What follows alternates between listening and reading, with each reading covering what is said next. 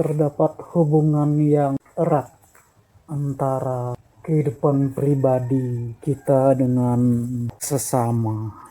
Injil Lukas pasal 6 ayat 30. Berilah kepada setiap orang yang meminta kepadamu, dan janganlah meminta kembali kepada orang yang mengambil kepunyaanmu. Kemudian dilanjutkan pasal 31. Dan sebagaimana kamu kehendaki supaya orang perbuat kepadamu, perbuatlah demikian juga kepada mereka.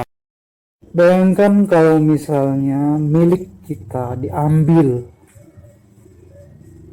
contoh handphone, atau dikurangi jumlahnya, misalnya kuota. Tidak mudah untuk menerapkan Injil Lukas pasal 6 ayat 30. Di sana disebutkan, berilah kepada setiap orang yang meminta kepada, dan janganlah meminta kembali kepada orang yang mengambil kepunyaan. Jika barang kita diambil orang, kita tentu tidak akan senang. Akankah kita hanya mengikhlaskan saja jika orang mengambil sesuatu yang kita punyai? Semudah itukah? Sebagai orang-orang yang tidak hipokrit, kita tentunya akan sakit hati dan ingin agar barang kita itu dikembalikan lagi kepada kita, karena betapa susahnya kita untuk memperoleh barang itu, dan kita pun sangat membutuhkannya. Dan kita berpikir seandainya orang itu memang memerlukan juga barang itu, dia pun harus usaha untuk mendapatkan barang yang serupa itu, dan tidak harus mengambil hak orang. Efesus pasal 4 ayat 28. Orang yang mencuri, janganlah ia mencuri lagi, tetapi baiklah ia bekerja keras dan melakukan pekerjaan yang baik dengan tangannya sendiri, supaya ia dapat membagikan sesuatu kepada orang yang berkekurangan. Ulangan pasal 5 ayat 19. Jangan mencuri. Kemudian Ulangan 5:21. Jangan menginginkan apapun yang dipunyai sesamamu. Jangan mengasratkan rumahnya, istrinya, hambanya laki-laki atau perempuan, lembunya, keledainya, apapun yang dipunyai oleh sesama. Hubungan kita di dalam alam semesta ini, dalam kaitannya dengan lingkungan, kita dituntut untuk tidak memanfaatkan dengan sebebas-bebasnya, sebagaimana yang ditandaskan di dalam kitab Kejadian. Ada kata kuasailah dan taklukkan. Semua diserahkan oleh Allah kepada kita untuk dikuasai dan ditaklukkan, tentu saja dengan asas keadilan. Kita juga harus ingat bahwa anak cucu kita nanti juga berhak untuk menikmati alam semesta ini.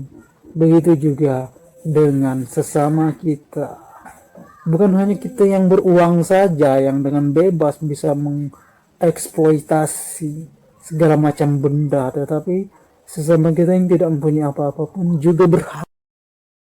Jika kita dalam memanfaatkan alam ini hanya berpegang pada kata Alkitab yang mengatakan kuasailah dan taklukkanlah, itu picik sekali itu. Yesus sendiri telah memberikan teladan yang sempurna kepada kita. Setelah menjelma menjadi manusia, secara manusia ia bisa merasakan bagaimana rasanya sakit. Jadi kalau pemimpin meneladani teladan Yesus, dia tidak hanya bisa pandai ngomong sesuatu itu, baru afdol untuk dipercaya, baru bisa mudah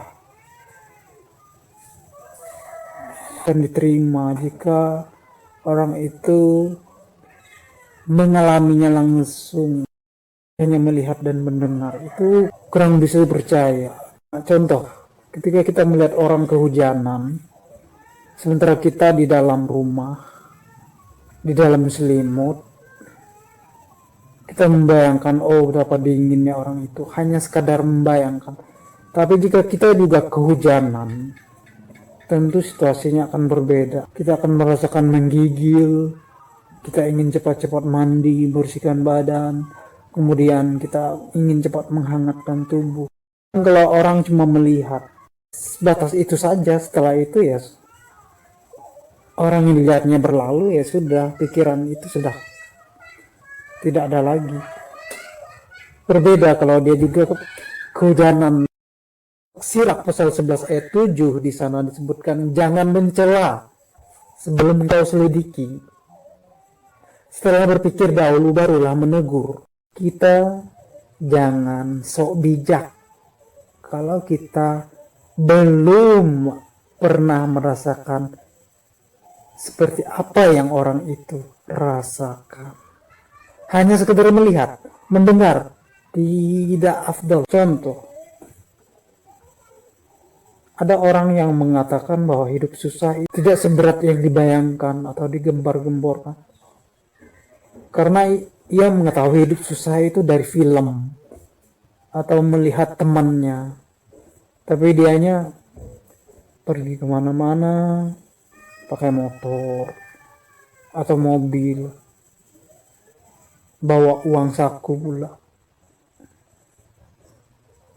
Jadi ketika dikatakan bahwa betapa susahnya orang susah untuk bersekolah, untuk makan, untuk hidup, dia mendengar kata-kata yang serupa itu tidak percaya. Bagi dia orang susah itu ya tidak separah yang diceritakan, karena dia lihat meskipun dia tidak mengalami. Seandainya dia juga mengalami betapa susahnya orang susah untuk sekolah, untuk hidup, dia tidak akan begitu meremehkan ungkapan yang mengatakan orang susah itu sakit. Saya kutip kitab Sirach pasal 3 ayat 21 sampai 23. Apa yang terlalu sukar bagimu, jangan kau cari. Dan apa yang melampaui kemampuanmu, jangan kau selidiki. Apa yang diperuntukkan bagimu, hendaklah kau pikirkan. Tak perlu engkau bersusah tentang apa yang tersembunyi. Jangan bersusah payah mengenai apa yang di luar bidang pekerjaanmu. Karena apa yang dinyatakan kepadamu sudah terlalu luas untuk akal insan. Surat Paulus yang pertama kepada Timotius pasal 6 ayat 7 sampai 10. Kamu tidak membawa sesuatu apa ke dalam dunia, dan kamu pun tidak dapat membawa apa-apa keluar. Asal ada makanan dan pakaian cukuplah. Mereka yang ingin kaya terjatuh ke dalam pencobaan, ke dalam jerat, dan ke dalam berbagai-bagai nafsu yang hampa dan yang mencelakakan, yang menenggelamkan manusia ke dalam keruntuhan dan kebinasaan. Karena akar segala kejahatan ialah cinta uang. Sebab oleh memburu uanglah beberapa orang telah menyimpang dari iman. Lalu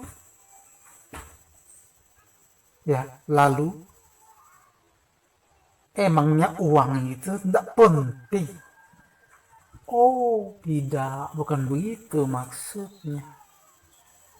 Tetapi kita jangan menjadi budak uang. Kitab Pengkhotbah pasal 5 ayat 9. Siapa mencintai uang tidak akan puas dengan uang. Dan siapa mencintai kekayaan tidak akan puas dengan penghasilannya.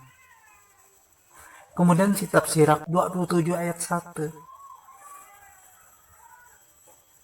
Karena uang sudah banyak orang berdosa, dan barang siapa berdaya upaya menjadi kaya, memalingkan muka. Amsal pasal 23 ayat 4. Di sana disebutkan,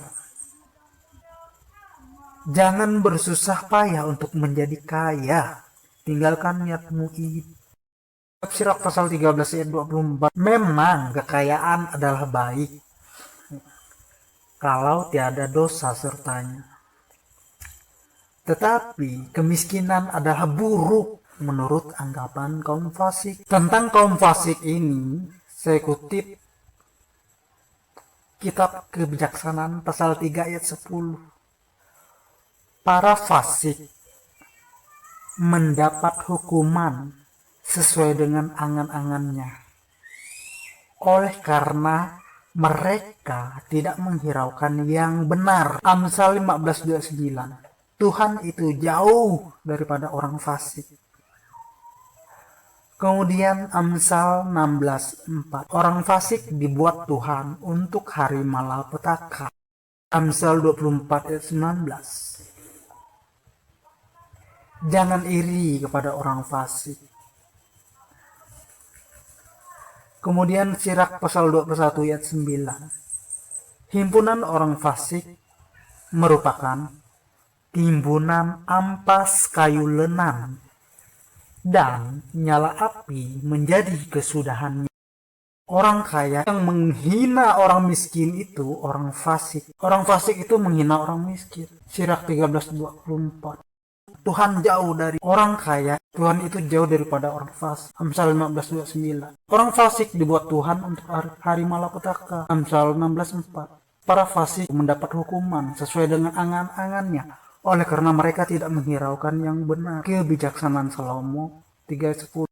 Amsal 14:21. Siapa menghina sesamanya berbuat dosa, tetapi berbahagialah orang yang menaruh belas kasihan kepada orang yang menderita. Amsal 19:17. Siapa menaruh belas kasihan kepada orang yang lemah, memiutangi Tuhan yang akan membalas perbuatannya itu. Amsal 17 ayat 5. Siapa mengolok-olok orang miskin, menghina penciptanya. Dasar orang untuk masuk kerajaan Allah itu bukan hartanya, tetapi seperti yang dikatakan oleh Injil Matius pasal 7 ayat 21. Bukan setiap orang yang berseru kepadaku, Tuhan, Tuhan, akan masuk ke dalam kerajaan surga, melainkan dia yang melakukan kehendak Bapakku yang di surga. Jadi, yang menjadi dasar orang masuk ke kerajaan surga atau tidak itu bukan karena dia sering berdoa, sering menyebut nama Tuhan, berkhotbah, bukan karena dia punya pesawat, bukan, tetapi karena dia melakukan kehendak Allah. Sirach 37 ayat 27. Periksalah cara hidupmu, perhatikanlah apa yang buruk, lalu jangan kau biarkan terus. Kemudian Mazmur pasal 119 ayat 9. Dengan apakah seorang muda mempertahankan kelakuannya bersih dengan menjaganya sesuai dengan firman Tuhan. Kita dituntut untuk melakukan kehendak Allah dengan berpedoman kepada firman Tuhan atau kitab suci. Amsal 16:20. Siapa memperhatikan firman akan mendapat kebaikan, dan berbahagialah orang yang percaya kepada Tuhan. Ketika kita mengalami suatu siklus hidup yang menekan batin, sangat terhina, terkadang kita merasa kitalah orang yang paling tidak berguna. Entah itu putus cinta, entah ditolak oleh orang sekitar, entah dianggap membebani dan sebagainya. Sebagai orang yang sedang mengalami, pernah mengalami atau akan mengalami Saya mengajak kita semua untuk tidak perlu bersedih terlalu lama. Tidak ada dampak positifnya untuk kita di kemudian hari. Kita harus happy. Kitab Sirah pasal 38 ayat 18 di sana disebutkan, kemurungan hati mematahkan kekuatan. Amsal 15:13, kepedihan hati mematahkan semangat. Sirak 25:13, biar luka apa saja asal bukan luka hati. Amsal 18:14, orang yang bersemangat dapat menanggung penderitaannya, tetapi siapa akan memulihkan semangat yang patah. Amsal 27 ayat 9, tapi penderitaan merobek jiwa. Oleh karena itu sangat afdol kita selalu mengingat kepada Amsal pasal 4 ayat 3. Jagalah hatimu dengan segala kewaspadaan, karena dari situlah terpancar kehidupan. Amsal 14:30, hati yang tenang menyegarkan tubuh. Jangan terlalu lama bersedih. Jangan membiarkan kesedihan itu merajai hidupmu, karena tidak ada gunanya. Tidak ada dampak positif untuk hari depan. Jangan terlalu berpikir Anda ini jahat, Anda ini begini, Anda ini begini, dan orang itu begitu, saya tidak sama dengan dia. Belum tentu dia lebih bahagia. Kebahagiaan itu tidak terletak di mana-mana. Kemanapun Anda pergi, Anda tidak akan mendapatkan bahagia jika di hati Anda tidak ada kebahagiaan. Maka itu jagalah hati. Cara menjaga hati yaitu kita harus menjaga panca indera, telinga hanya untuk mendengar hal-hal yang positif. Kemudian mata kita hanya untuk menyaksikan hal-hal yang positif.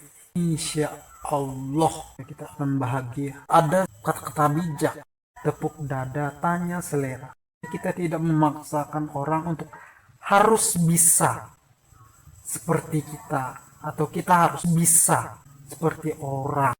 Ambil baju, ukur di badan sendiri. Sesuaikan keinginan kita dengan kemampuan kita. Berbicara masalah keinginan, ini yang membuat orang galau, ini keinginan. Sirak pasal 18:30-31, jangan menuruti segenap keinginanmu, melainkan jauhkanlah dirimu dari segala nafsumu.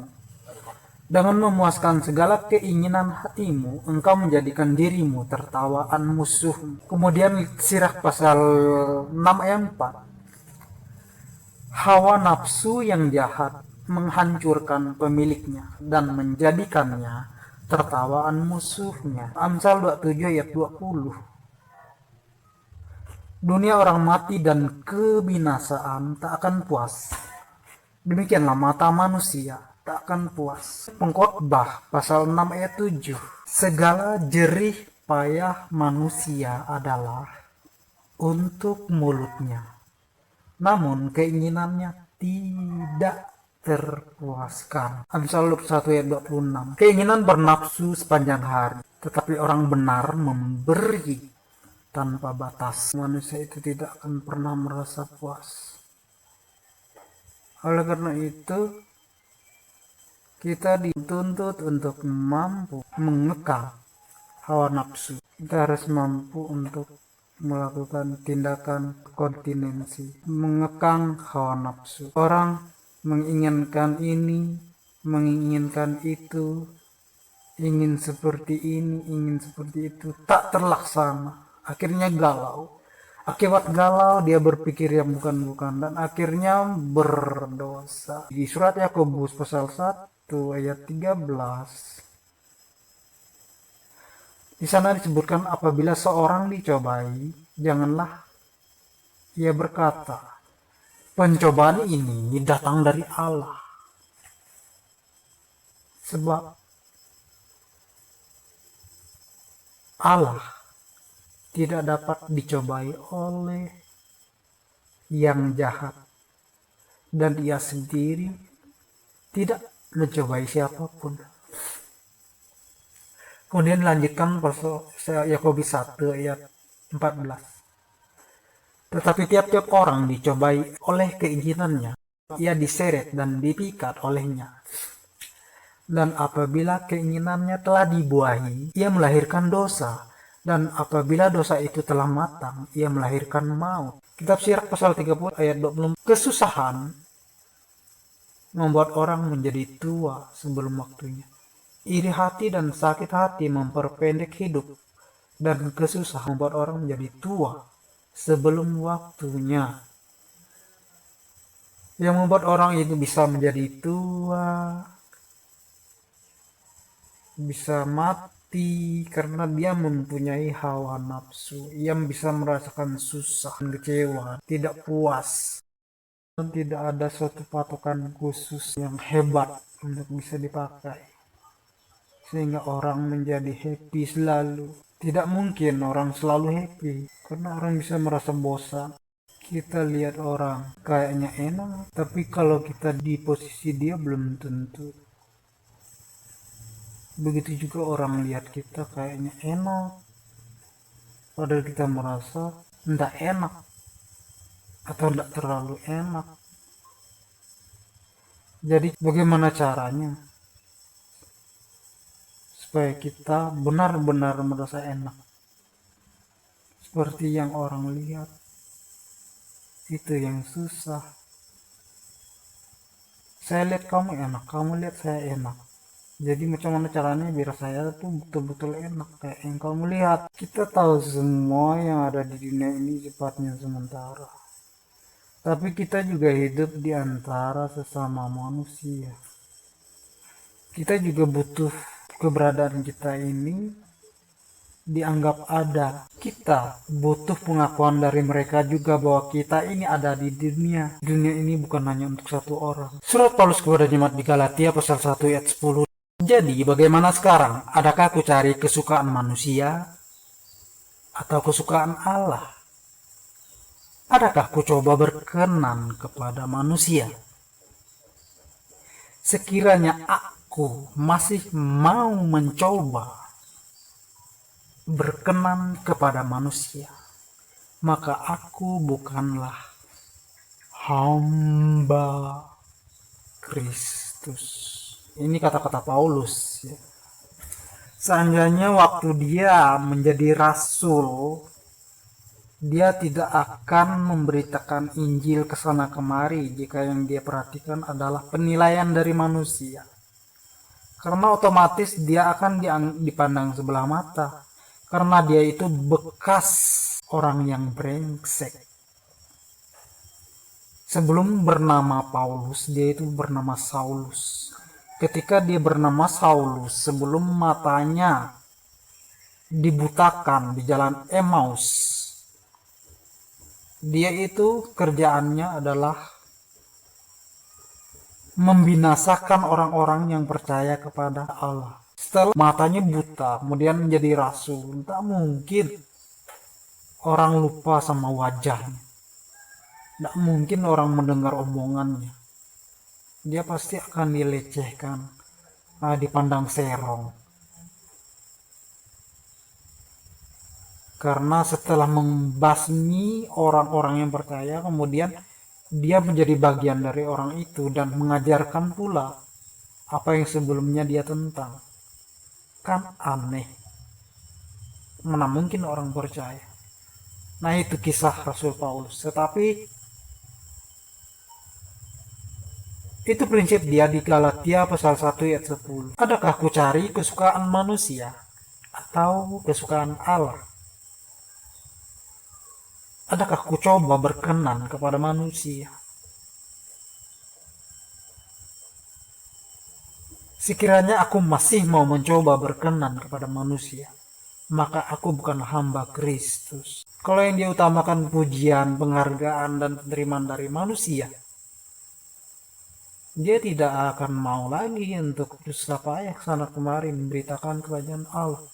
Karena tidak mungkin akan dipercayai segala omongannya. Lukas pasal 16 ayat 15. Ini perkataan Yesus kepada orang-orang Farisi.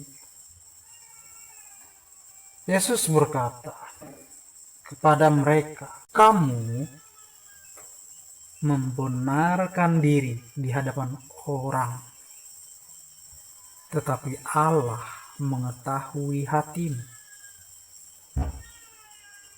Sebab apa yang dikagumi manusia dibenci oleh Allah. Kitab Samuel yang pertama, pasal 16 ayat 7b. Bukan yang dilihat manusia, yang dilihat Allah. Manusia melihat apa yang di depan mata, tetapi Tuhan melihat hati. Sirak pasal 10 ayat 20. Si penguasa dihormati di kalangan saudaranya, tetapi orang yang takut akan Tuhan dihormati di hadapan Allah. Yang diutamakan itu penilaian dari atas. Penilaian dari atas ada kaitannya dengan hubungan kita dengan sesama. Seperti Amsal 16:7. Jikalau Tuhan berkenan kepada jalan seseorang, maka musuh orang itu pun didamaikannya dengan dia. Jadi supaya yang di atas suka sama kita, hubungan kita secara horizontal dengan sesama itu harus serasi. Sebagaimana Amsal 16:7 tadi. Barulah akan mendapat restu dari yang di atas. Bagaimana kalau hubungan kita dengan sesama amburadul, tidak keruan? Apakah itu berarti kita tidak akan mendapat restu dari atas? Tergantung konteks. Seperti kisah Lot di dalam 2 Petrus 2:7-9. Tetapi Allah menyelamatkan Lot, orang yang benar, yang terus-menerus menderita oleh cara hidup orang-orang yang tak mengenal hukum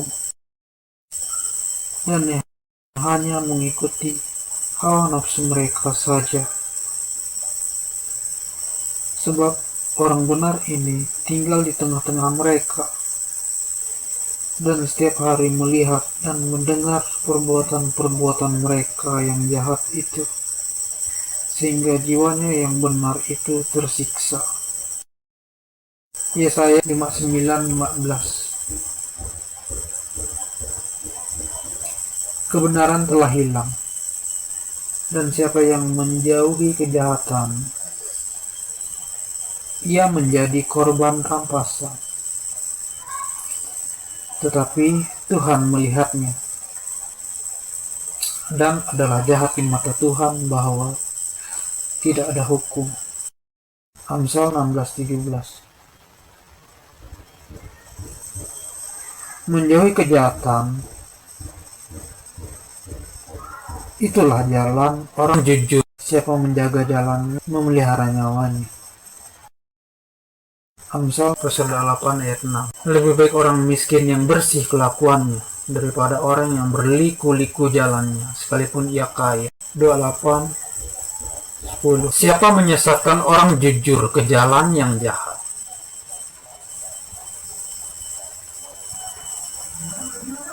akan jatuh ke dalam lubangnya sendiri. Tetapi orang-orang yang tak bercela akan mewarisi kebahagiaan. Dilanjutkan Amsal 28 ayat 18. Siapa berlaku tidak bercela akan diselamatkan, tetapi siapa berliku-liku jalan akan jatuh ke dalam lubang. Amsal pasal 2 ayat 20-22. Tempuhlah jalan orang baik dan peliharalah jalan-jalan orang benar. Sebab orang jujurlah yang akan mendiami tanah, dan orang yang tak bercela lah yang akan tetap tinggal di situ. Tetapi orang fasik akan dipunahkan dari tanah itu, dan pengkhianat akan dibuang dari situ. Kitab Pengkhotbah pasal 4 ayat 13. Lebih baik seorang muda miskin tetapi berhikmat daripada seorang raja tua tetapi bodoh yang tak mau diberi peringatan lagi. Kitab Sirak pasal 10 ayat 23. Tidak bolehlah orang miskin yang arif dihina, tetapi orang berdosa tak patut dihormati.